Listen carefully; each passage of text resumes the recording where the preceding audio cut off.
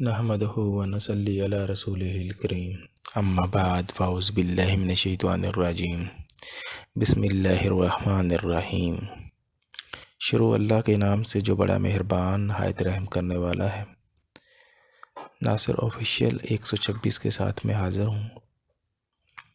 آج کا عنوان ہے کیا حائضہ عورت بھی حج کر سکتی ہے؟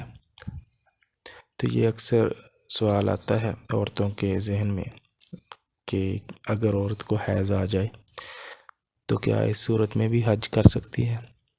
تو لہٰذا آج ہم حدیث کے حوالے سے اس پر بات کریں گے۔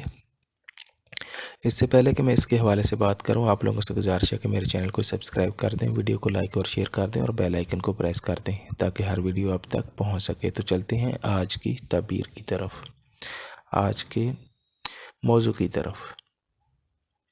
آج کا موضوع ہے کیا حائضہ عورت بھی حج کر سکتی ہے؟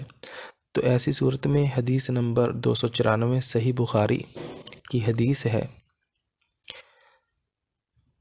حضرت عائشہ سے سنا ہے کہ آپ نے فرمایا کہ ہم حج کے ارادے سے نکلے، جب ہم مقام صرف میں پہنچے، صرف ایک مقام مکہ سے 6-7 میل کے فاصلے پر ہے، پہنچے تو میں حائضہ ہو گئی۔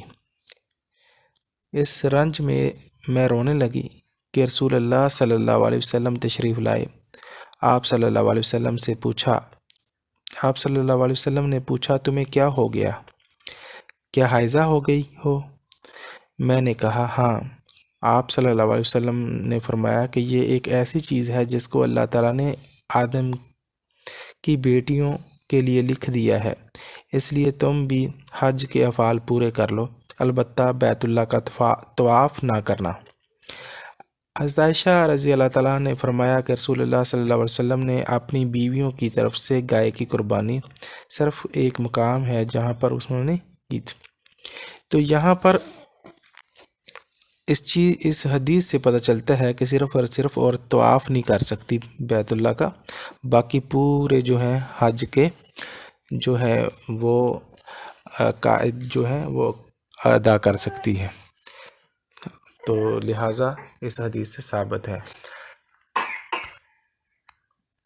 اللہ تعالیٰ سے دعا ہے کہ ہمیں صحیح جو ہے اس پر عمل کرنے پہ، دین پر عمل کرنے کی توفیق عطا فرمائے۔ وآخر دعوانا الحمد للہ رب العالمین۔